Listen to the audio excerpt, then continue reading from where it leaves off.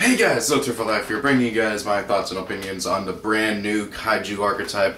I was originally going to have like a whole video talking about all the new TCG exclusives and stuff, but I decided not to because of the simple fact that really, aside from Kaiju, which is a new archetype, and the Cosmos, which we already know about, the other TCG exclusives really aren't nothing special. I'm loving the OCG imports, just about all of them I want, so yeah, that's all you really need to know about the OCG imports and my thoughts on just about everything else on TCG exclusives.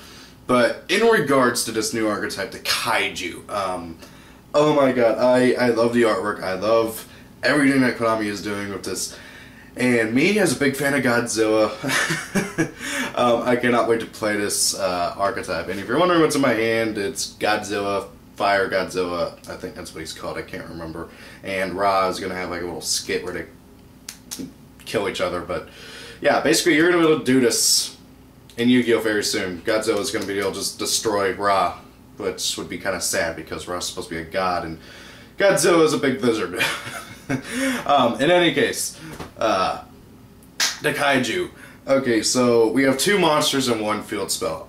Okay, Konami, I hate you guys for doing this. Okay, well, I'm kind of like loving it and I'm hating it. Okay, on one hand, we get this really awesome new archetype. On the other hand, you guys are giving us 3 cards. That's not enough to play the deck by itself, okay? I'm gonna try some, I got some ideas for playing it, but by itself, this is not enough. This is really not enough, and I hate you guys for doing that. You guys are doing exactly what you did with UA.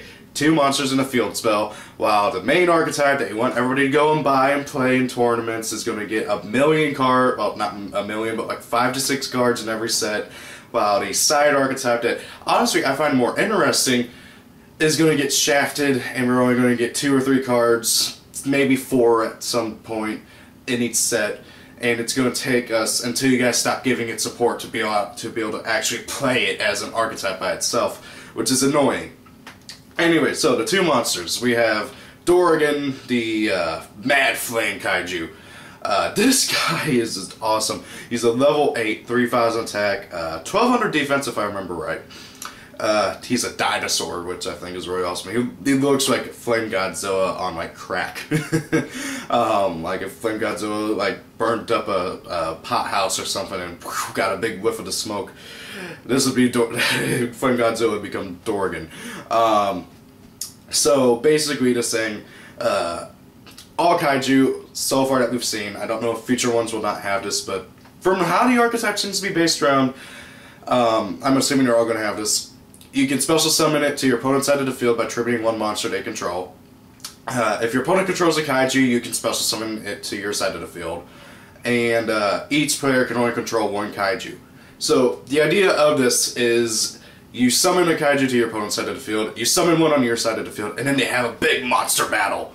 You know, like classic Godzilla movies where it's like Godzilla versus Mothra, or Godzilla versus God, what was his name? King Ghidorah. I'm sorry, it's been a while since I've watched any of the older movies. Or more recently, Godzilla versus the Muto, ×2. Which I find this to be really interesting, and it's probably one of the most creative ways to do an archetype that I've seen Konami do in a while, and I cannot wait to play this. Actually, YGO Pro Salvation updated really fast, and I was able to play it some last night. Which was really fun. The mirror match is annoying, by the way. So, Dorgan himself, he has another effect where you can remove 3 Kaiju counters from your side of the field to nuke all of your opponent's monsters, but he cannot attack that turn. This is really cool, and it allows your other monsters to attack your opponent directly. This also prevents your opponent from abusing the Kaiju that you gave them. Now, the other Kaiju, again, the same effect and everything. I cannot remember his name, only because I keep referring to the thing as Mothra, only because it's a bug, but it's a spider, and you know what, I'm just gonna call him Spider. I can't remember his name, I just remember I remember the subtitle, like, what's the word, the title that they gave it, the Sticky Thread Kaiju. I cannot remember his actual name though, so, but it's something, the Sticky Thread Kaiju. It's a big spider, so spider freaks, you're gonna be kind of scared away from this thing, but it looks really cool. Level 7, Dorgan's a level 8, so trade and target, yay. He's a level 7, 2400 attack, 2500 defense, or those are reversed. I'm not entirely sure. YGO Pro Salvation, like the actual picture says 24-25, but whenever you actually play him it says 25-24, so I don't know what's going on with that. Same effect where you can summon it to your opponent's side of the field, and if your opponent has a Kaiju you can summon it to your side of the field, and you can only control one Kaiju. This thing, basically, whenever your opponent would normal summons or spell summons a monster, you can remove two Kaiju counters from your side of the field to negate that monster's attack, to negate that monster's effects, and it cannot attack until the end of the next turn. So this is pretty interesting. I personally don't use them as much as Dorgan. Of course, I play 3 of each, but I generally give my opponent this guy, and then I summon Dorgan. And then I'm like, okay, nuke your board. Because the idea is that Dorgan's stronger. So, however, I can see this guy being really useful in some matchups. Like, for instance, in the Stellar Knight matchup, you want to generally stop your opponent from getting those effects off. Okay, your opponent summons Deneb. Okay, remove 2 counters, Deneb's effect is negated. That I like. So I see him being more of a defensive not character, but monster, especially considering that he has more defense than attack. I just really cannot wait to get to play these, and I'm hoping to try and pick them all up on Saturday at the sneak peek. Now then, the field spell, Kyoto Seaside or something like that. It's Kyoto, Japan.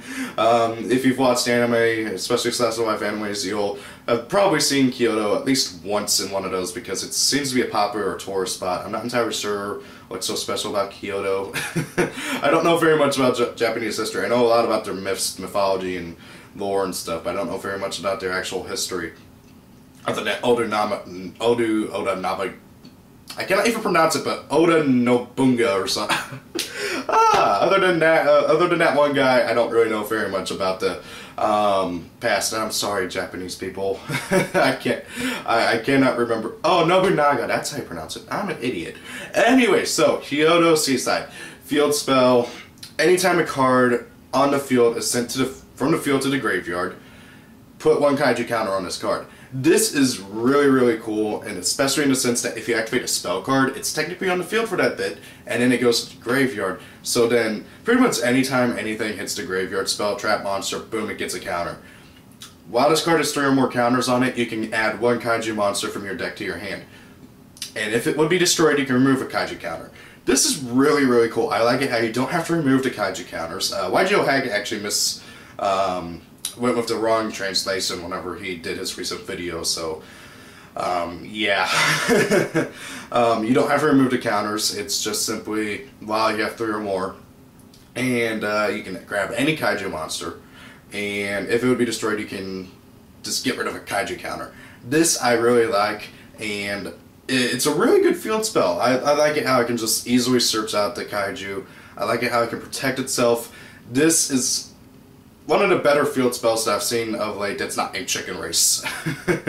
So, it's definitely a really good field spell.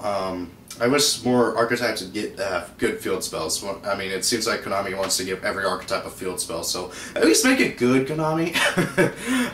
Like, at least as good as this. That being said, though, I cannot wait to see what Konami's going to do more of this deck. As I said, I'm a big fan of Godzilla. This is my first Godzilla movie I ever saw here. I know it's about to be panned as the worst Godzilla movie, but you know, it's screw the haters. I love this movie. It was the first one. It was the first Godzilla movie I saw, and it's what got me into Godzilla in general. I cannot wait to play this archetype. I'm going to be buying them all up. I'm hoping it won't be too hard to pull. It looked to be all rare except for Kyoto Seafront, which seems to be a common. It might be a rare, I don't know. But I just cannot wait to play this deck. Tell me what you guys think, and thank you all for watching. Have a great day, and peace out. See you guys later.